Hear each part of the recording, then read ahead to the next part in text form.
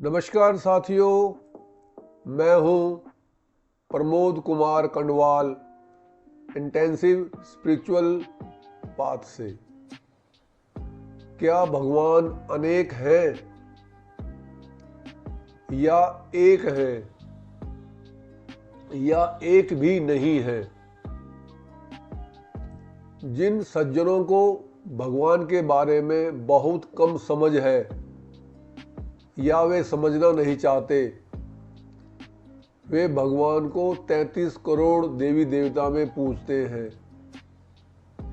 जो थोड़े ज़्यादा समझदार हैं, वे 33 कोटि में या 33 प्रकार में समझकर उनकी आराधना करते हैं। मगर जो थोड़े विद्वान हैं, वो समझते हैं कि प्रभु एक है।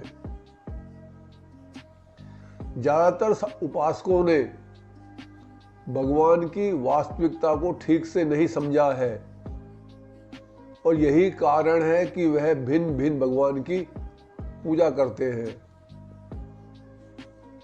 एक त्योहार में एक भगवान की और दूसरे त्योहार में दूसरे भगवान की पूजा की जाती है, जिससे हम स्वयं भी संतुष्ट नहीं होते और हमेशा दुविधा में रहते हैं।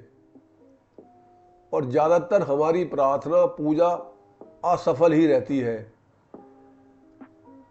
दफ्तर में भी जब बॉस एक काम को करने के लिए डिपार्टमेंट के सभी कर्मचारियों को कह देता है कि चलो कोई तो करेगा, मगर कोई भी उस काम को नहीं करता, उन सबको पता चल जाता है कि बॉस ने एक ही काम हम सबको दिया है और फिर उसे कोई नहीं करता।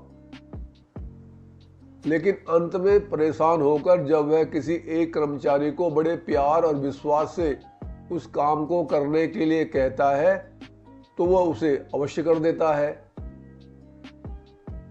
यही मानते हुए कि उसने मुझ पर विश्वास किया है। यह स्थिति हमारे घर में भी होती है। यदि कोई अपने घर का बड़ा व्यक्ति सभी सदस्यों को एक ही काम सौंप दे, तो वे भी नहीं करते, यही सोचते हुए कि दूसरा कर देगा। इन सब बातों से यह निष्कर्ष निकलता है कि इस संसार में तथा आध्यात्म में कोई भी काम करने से पहले हमारा कंसेप्ट क्लियर होना चाहिए।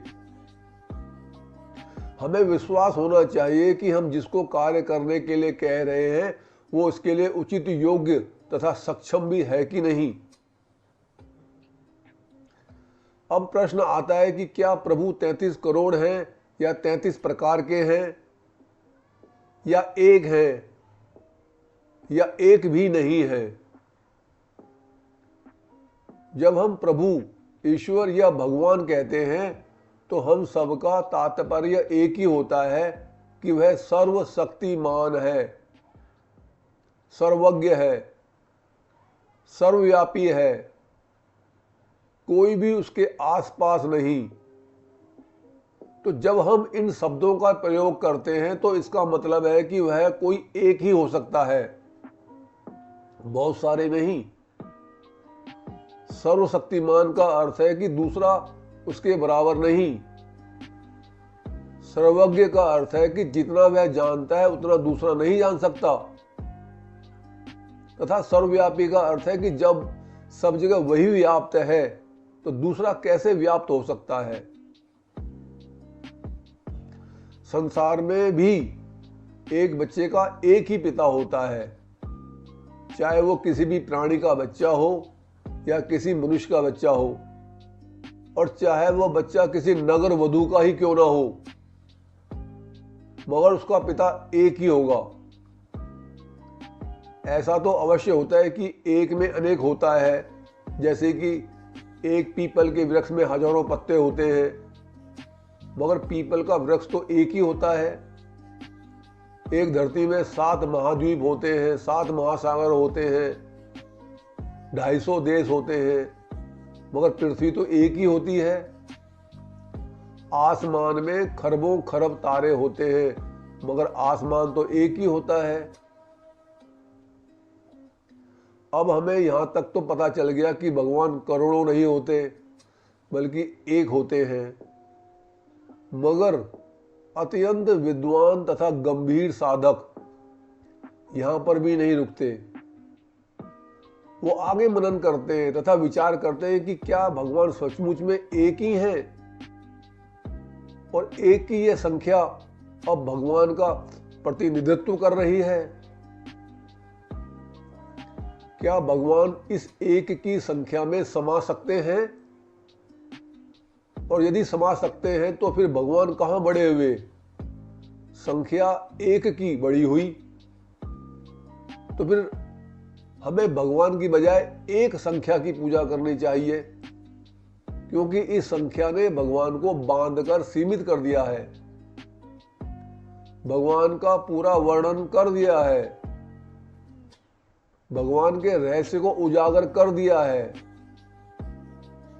जबकि हम दूसरी तरफ कहते हैं कि भगवान का ना तो वर्णन हो सकता है और ना ही भगवान किसी संख्या, भाषा या आकार में बंध सकते हैं और ना ही उनके रहस्य का कभी पर्दाफाश हो सकता है। यदि हम किसी से यह पूछें कि हवा कितनी है, तो वह क्या जवाब देगा?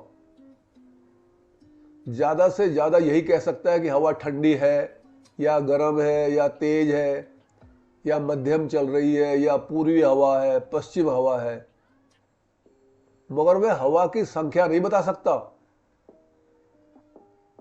इसी प्रकार यदि हम पूछेंगे पानी कितने हैं, तो क्या कोई बता सकता है कि पानी कितने हैं? महासागर तो बता सकता है, ज्यादा से ज्यादा वो ये भी कह सकता है कि ठंडा है या गर्म है। इसी प्रकार पंच तत्वों के अन्य तत्वों में भी, जैसे कि अग्नि है, भूमि है, आसमान कितने हैं, कोई इनकी संख्या कैसे बता सकता है? अब यह एकदम स्पष्ट है कि प्रभु ना तो करोड़ों में है, ना अनेकों में है, ना ही एक है। वो तो एक भी नहीं है। एक तो सिर्फ हमको समझाने के लिए कह दिया जाता है, क्योंकि हमारे ग्रंथों तथा संतों की मजबूरी थी कि हमें समझाएं, जबकि प्रभु समझने का विषय नहीं है। प्रभु तो अनुभव का विषय है। संतों ने उसका अनुभव कर लिया, मगर उनके सामने समस्या खड़ी हो गई कि उसका उचित वर्णन कैसे किया जाए। फिर भी उन्होंने अत्यंत विद्वता से जितना अधिक से अधिक उसका उचित वर्णन हो सकता था उन्होंने किया है। अब हमारी जिम्मेवारी है, यदि हमने प्रभु को पूर्ण रूप से समझना है तो हमें उसका अनुभव करना ही होगा, और कोई दूसरा उपाय नहीं है। और उसको अनुभव करने के लिए जिस तरीके से हमारे संत आगे बढ़े हैं, हमें उनका अनुसरण करना होगा। संतों में महान संत कबीरदास जी, जिनका योगदान हमारे देश के अंदर भक्ति को दूर दूर तक फैलाने के लिए, आडंबर तथा अंधविश्वास को समाप्त करने तथा सर्वशक्तिमान प्रभु को उचित रूप से परिभाषित करने में अत्यंत अहम रहा है। उनका कहना है कि एक कहूं तो है नहीं, दो कहूं तो गारी, है जैसा तैसा रहे, कहे कबीर विचारी। उनके कहने का स्पष्ट अर्थ है कि एक कहूं तो है नहीं, कि वो तो एक भी नहीं है, और यदि मैं कह दूं कि वो दो है तो समझ लो मैंने उसको गाली दे दी है। और हम अनजान नासमझ तो उसे लाखों करोड़ों में गिनते हैं। वो आगे कहते हैं कि है जैसा तैसा रहे, वह तो जैसा है वैसा ही है, कहे कबीर विचारी। यहां विचार शब्द उनका अभिप्राय उनके अनुभव से है। यह विचार शब्द यहां सिर्फ इसलिए आया है कि दोहे की छंदोबद्ध रचना बन सके।